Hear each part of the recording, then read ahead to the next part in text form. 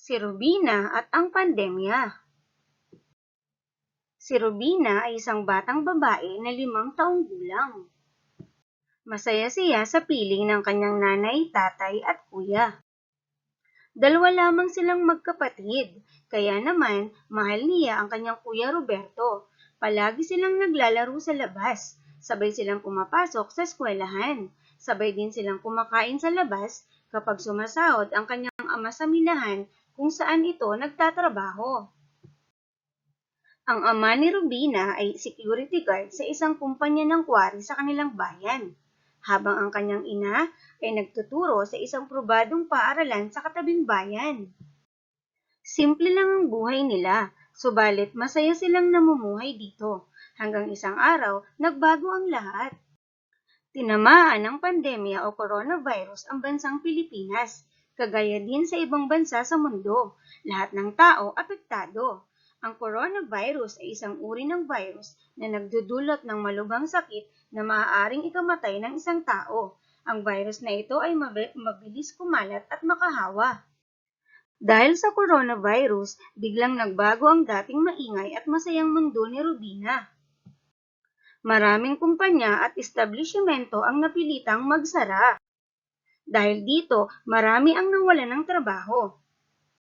Nawala ng trabaho ang kanyang ama dahil nagsara ang kumpanya ng quarry kung saan ito nagtatrabaho. Tumigil din sa trabaho ang kanyang ina dahil nagsara naman ang eskwelahan kung saan ito pumapasok at dahil wala na rin face-to-face na klase para sa taong ito. Noong nagkaroon ng pandemya, maraming bayan ang nagsara, kabilang na dito ang bayan ni Rubina. Marami na ring batas ang ipinatutupad sa kanilang lugar.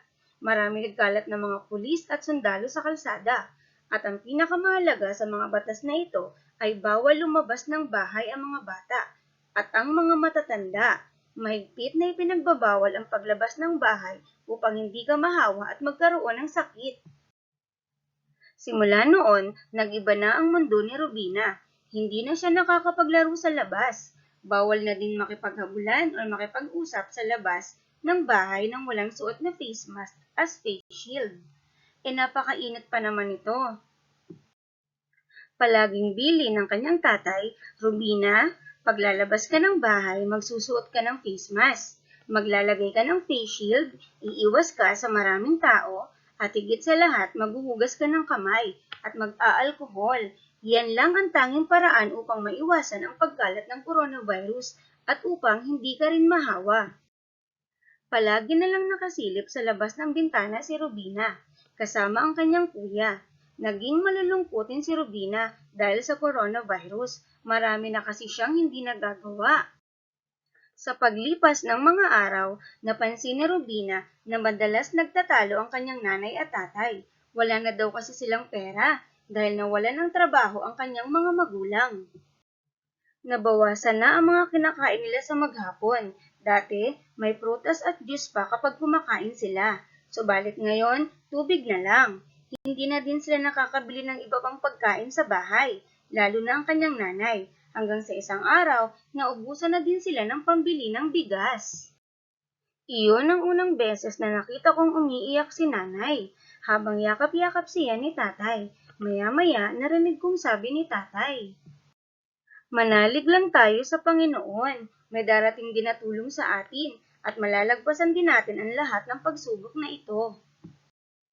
Maya-maya pa, may kumakatok na sa aming pintuan. Pagbukas ng pinto ni tatay, ang laking gulat niya. Nabungaran niya ang aming mga kapitbahay. May dala-dala silang pagkain, may dala silang bigas, may dala silang groceries at mga prutas para sa amin. May inabot din na sobre para kay nanay. Ayuda daw iyon galing sa barangay.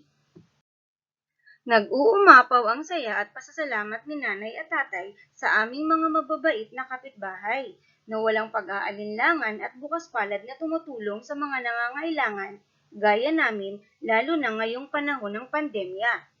Naniniwala na ako sa sinabi ni tatay na kailangan lang namin magtiwala sa Diyos at matatapos din ang pandemya.